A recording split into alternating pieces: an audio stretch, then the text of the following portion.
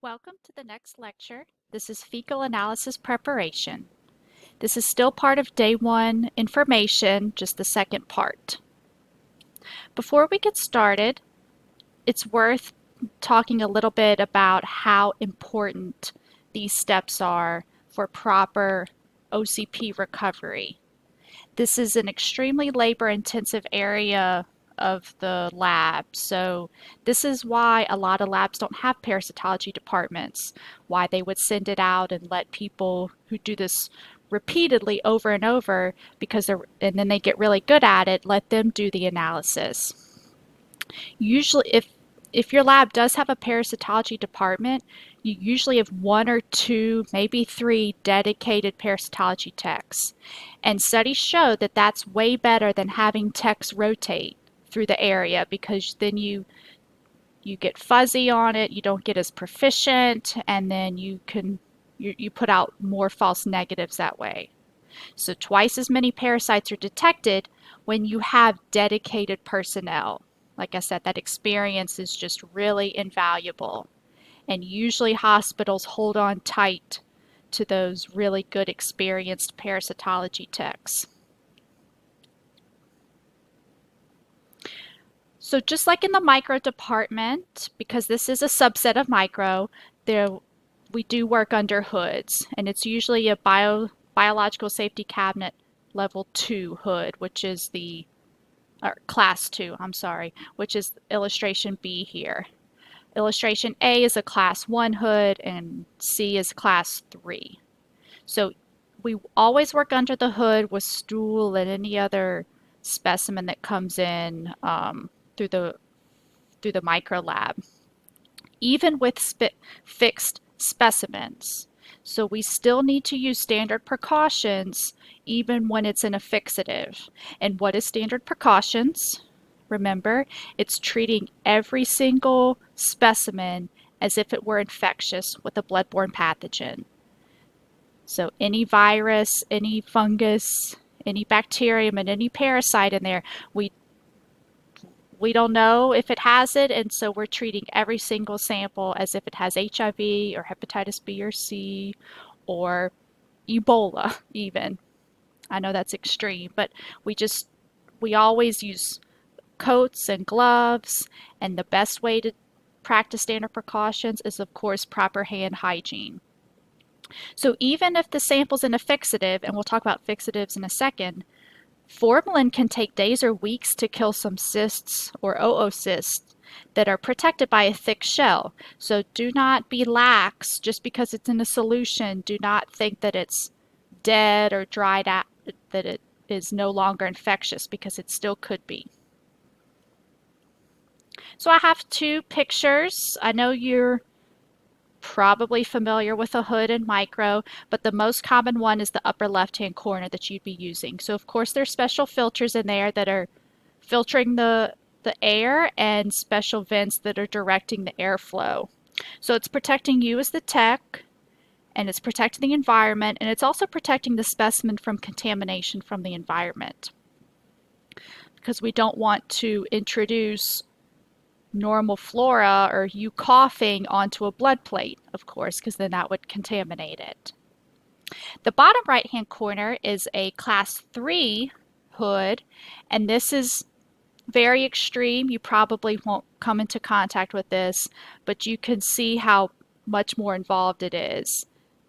The tech is looking at something under the microscope, and the microscope is protected in the hood, and he's got to insert his hands into special holes that have special gloves in them. So that's really high level stuff, but I thought it was an interesting picture.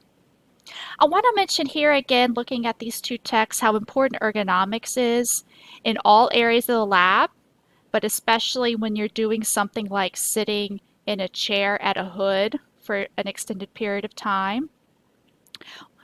When you're working in sort of a confined space, you might be straining certain areas of your body, and you need some practice manipulating under a hood where you're sort of extending your arms more so than you would be normally. And ergonomic safety is just as important as any other safety in the lab. It's making the workspace work for you and not you adapting to the workspace. So you could get, arm strain or cramps if you're in a position for too long where you're not comfortable. Okay, on to fecal specimen collection. So remember in the previous lecture we talked about all the different types of specimens we could get for a parasitology workup.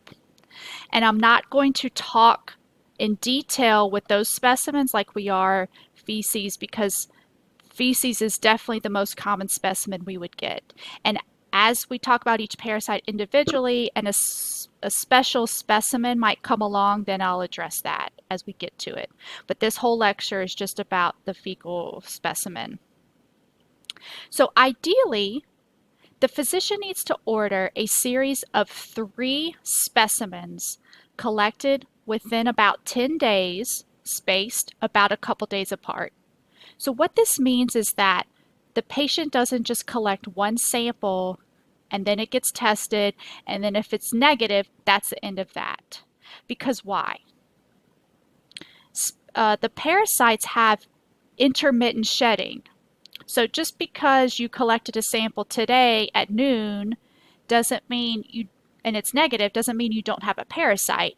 Maybe the eggs are shed at night, or it's sporadic. So in order to increase the likelihood of catching the parasite in the specimen, we need to do at least 3 specimens. And like I said, ideally it's within about a week and a half total, and it's about every other day, so that we're just trying to catch the parasite if it's there. Finding a parasite in stool is like finding a needle in a haystack, and it can be very difficult, and the parasite might be in the sample, but the tech might miss it. It's very likely that the tech misses a parasite. So that's why we have multiple specimen collections. The specimen cup looks much like a urine cup. It should be sterile, clean, dry, have a wide mouth, and leak-proof collect, so a screw on top. It must not be contaminated with urine or anything else. So the patient should be given strict instructions about how to collect this, especially if they're doing it at home where they're not being, sort of supervised. Um, So they should not go fishing for the stool in the toilet water with the cup. Urine or toilet bowl water, whatever, can kill some of the parasites or distort them or make them burst open. So it needs to just be feces. Other special considerations are waiting 7 to 10 days after barium enema. So that procedure involves ingesting barium sulfate, which is contrast material used for x-rays of the large intestine. It's more common to do a colonoscopy for that now, but they do still perform barium enemas. So if that's the case, like I said, they need to wait to clear that solution from their system. And then if the patient has been on antibiotics, they need to wait 2 to 3 weeks to clear them, or ideally we're collecting the specimen before they even start the antibiotics. So I have some pictures of ways to facilitate a stool collection. The left would be sort of a commercially available system where you insert that plastic under the lid, and then the feces never hits the toilet bowl water. So that's pretty easy to go collect the sample. Or it can be as simple as putting a piece of wax paper or newspaper under the lid at home to help with collection.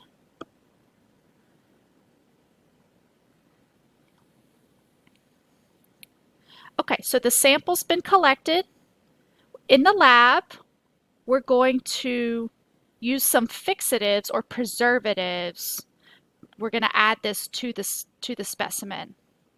So this ratio is very important. It's always 3 parts of the fixative or preservative to 1 part of the specimen. And if it's a commercially available kit or vials, they will have a little line to help you know how much stool to fill it up to. to maintain that ratio. Just like with any specimen, you always record the collection time, and in this case, of course, record the fixation time. So I'm going to mention three solutions here. The first one is polyvinyl alcohol, or PVA. This is a solution that's ideal for making the permanently stained smears, which we'll talk about at the end of the lecture. There's also a 10% formalin that can be used to make wet mounts for concentrations, and that's a solution of formaldehyde. Or there's also a third solution, abbreviated SAF, which can be used for the permanently stained smears or for doing the wet mounts or the concentration procedures. And sometimes this is preferred because it's environmentally safer than PVA. PVA contains mercury, and formalin has special health hazards too. It's got toxic fumes, and it requires special disposal as well as PVA. So if a hospital doesn't want to deal with all that, they can turn to SAF for their fixative.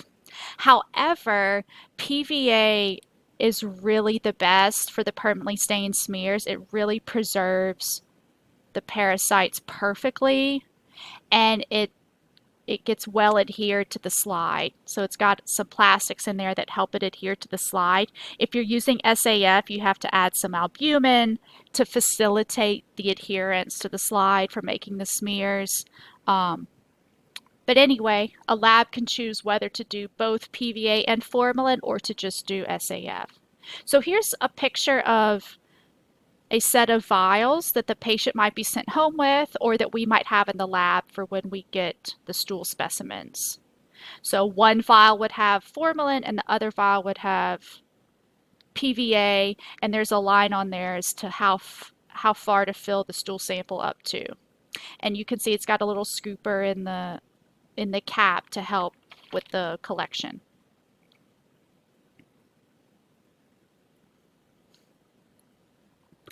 So we receive the sample in the lab. How quickly do we need to test it? Well, if it's formed, like more solid, we have a little bit longer of a time frame. It's about 2 to 3 hours if it's left at room temp, or if we can't test it within that time frame, we can refrigerate it. It's the very watery, very liquidy ones, or the softer consistencies, that have a much more critical time frame. So ideally, we're examining those within 30 minutes after passage, because we want to look for motile organisms. So that's 30 minutes after passage, not 30 minutes after arriving in the lab. And those motile organisms don't stay motile for long. So if they're there, we want to see them moving because that helps with identification. We want to be able to catch that. So these are super stat, I guess, types of samples. When you receive a very, very watery stool sample in the lab for OCP, you want to do a wet mount very quickly. So if we're receiving a sample that's not already been preserved, we want to put a portion in a preservative and leave a portion unadulterated, so unpreserved.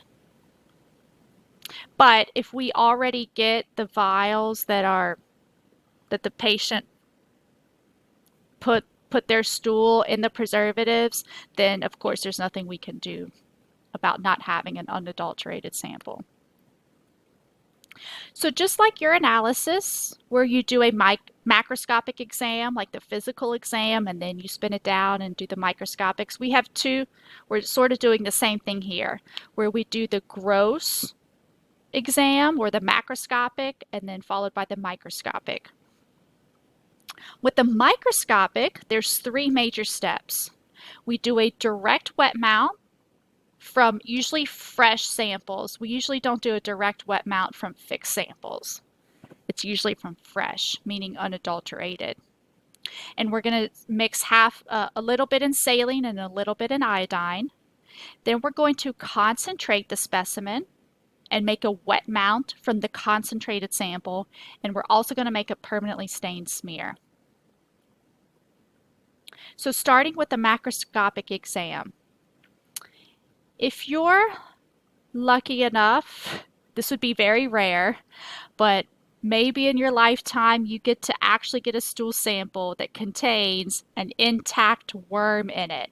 And that would be really, really cool. But that is pretty rare. But you are on the lookout for these because they could appear in the stool sample. So they could be very long or just sort of small like this. You can see the reference to the paperclip, or even smaller than that.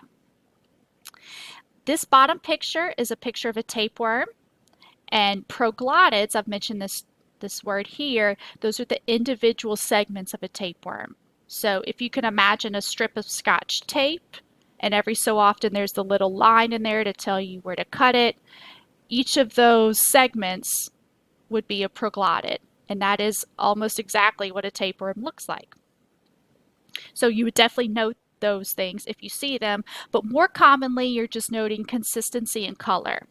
So consistency would be if it's watery or all the way up to rock solid, hard. Normal color, of course, is our shades of brown, but also you want to note black, very, dark tar looking would indicate upper GI bleeding, or the more vibrant, fresh looking blood would indicate lower GI bleeding. Now, just like urine, we can see the whole spectrum of colors of stool, and that's usually due to something the patient's ingested, like medications. But you do want to note that, note and report any color. So this is just an FYI. Every lab will have their own terminology as far as reporting consistency, but you can see here, this is an example of a guide of how to report hard lumps, or, more softer, and then entirely liquid samples. And I like this picture. I got it from the CDC website, which I strongly suggest you visit this website often to help you with learning all the parasites. But you can see how the amount of the different life cycles changes with the different consistencies of stools. So cysts and trophs are two life cycle stages of the protozoans. And in watery, very liquidy samples, we are much more likely to recover trophozoites. And this is the stage that's motile. So again, back to we want to test it within 30 minutes of passage in those really watery samples so that we can identify motile trophs if they're there. Then as the specimen becomes more formed, we're more likely to recover cysts, and the likelihood of recovering trophs gets diminished. So the direct wet mount. So we are doing this on a usually fresh, unadulterated specimen. You go into the stool sample using a wooden applicator stick, and you smear a little bit onto a slide. You usually divide the slide in half, and on one side of the slide you're going to mix the stool with saline, and on the other half you're going to mix it with iodine. Iodine acts as a stain, and it helps emphasize nuclear detail, so that iodine is very helpful. The smear should be thin enough to read print through it, so you do not want it thick like the top picture. So when we look at specimens under the microscope, we examine the entire slide systematically. And this is different from looking at a peripheral blood smear, because remember with that, you go to the feathered edge and you only look in that area, and you go, just to where you can identify individual red blood cells. But here, we actually want to look at the entire slide, because remember, we want to look everywhere. A parasite isn't going to just prefer a certain area of the slide. So we want to examine the entire slide, and you still do it systematically. And by that I mean just like you do for peripheral blood smears, where you let's say you start at the top, you go all the way down in a straight line, go over to the right or to the left, buy a whole field, go to the next field, and then go all the way up. Go over a field, go all the way down. So in that way, you're systematically covering the entire slide so that you're not missing a field. It is vital, vital, vital that the parasitology lab is equipped with microscopes that have the ocular micrometers in them. And he might have this, other areas, urines might have this as well, but it's especially important in parasitology because a lot of parasites are identified solely on size. So we'll talk about parasites that look, two different parasites are exactly identical in their nuclear detail, in any inclusions they might have, but the only difference is their size. So you have to be able to measure parasites when you see them under the scope. And anytime you see a parasite, you're always reporting the genus, the species, and the stage. So is it a worm? Is it a cyst? Is it a troph? Is it a larva? Is it an egg? So that's what I mean by stage.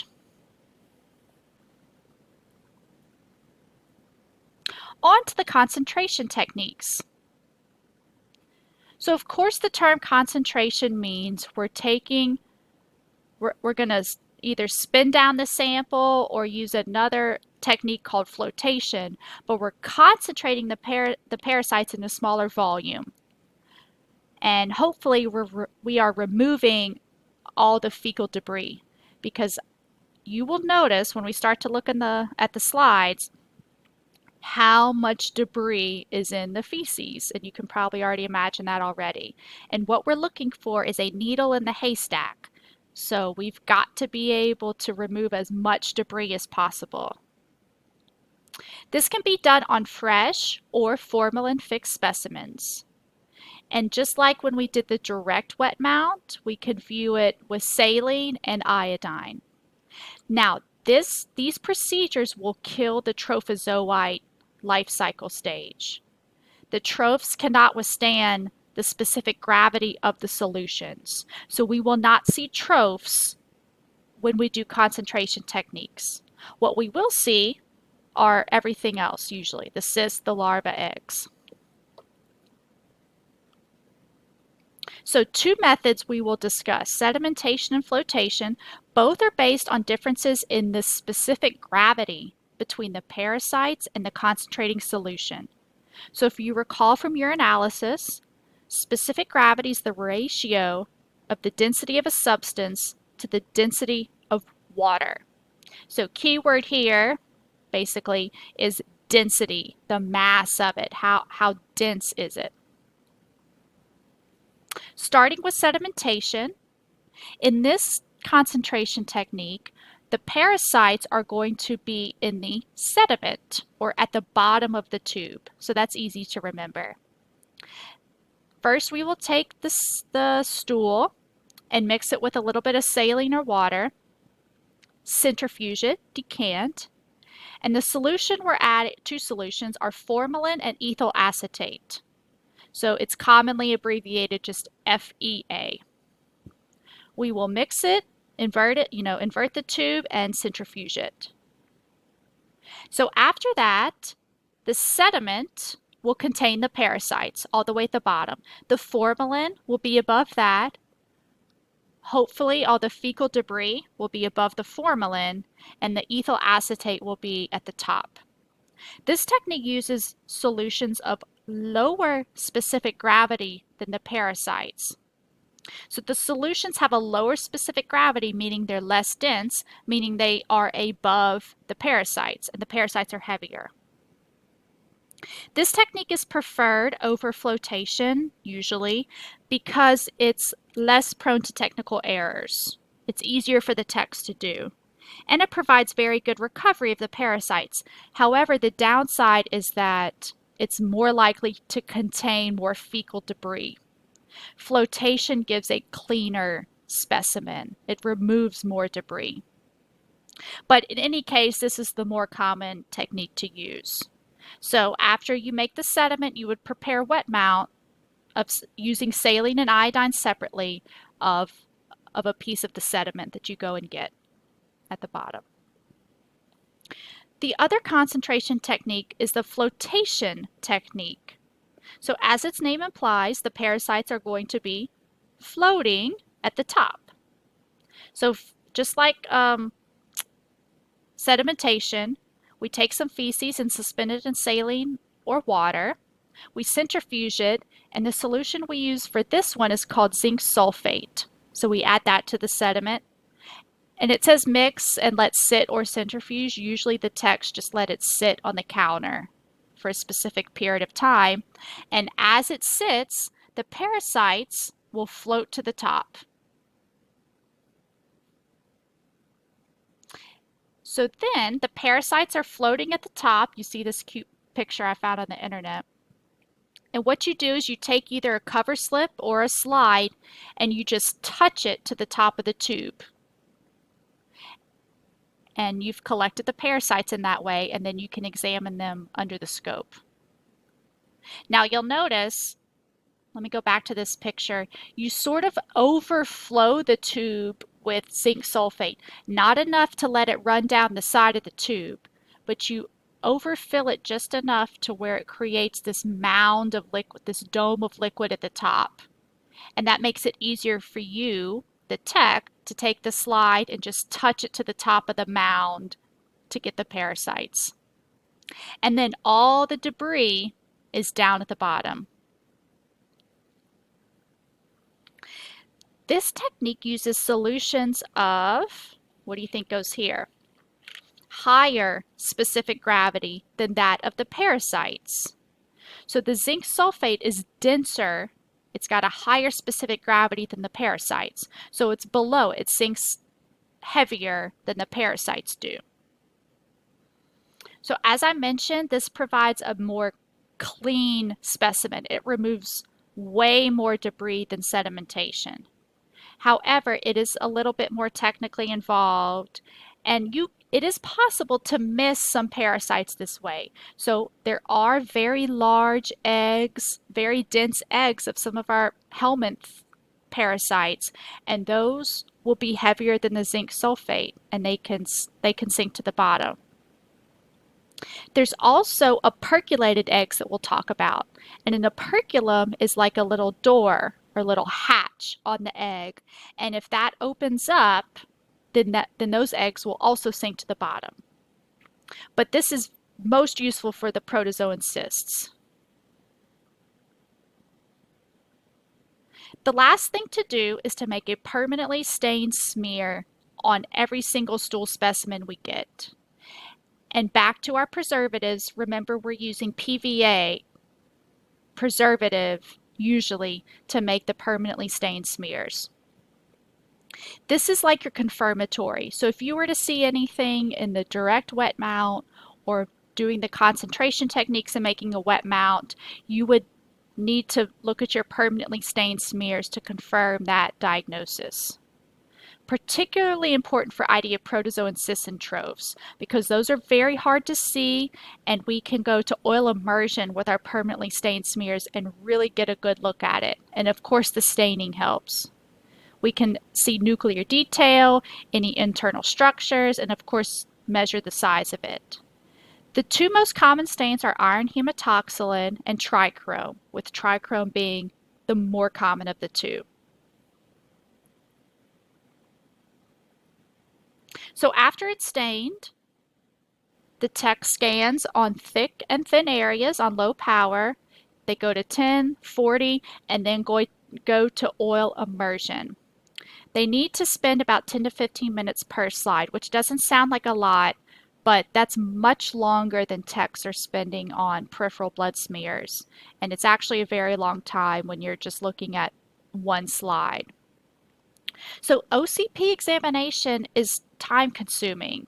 You know, you're concentrating it, you're doing the direct wet mounts, you're making the stains. You usually have more than one specimen you're doing at a time because these are batched. We're not just running OCP exams all day long.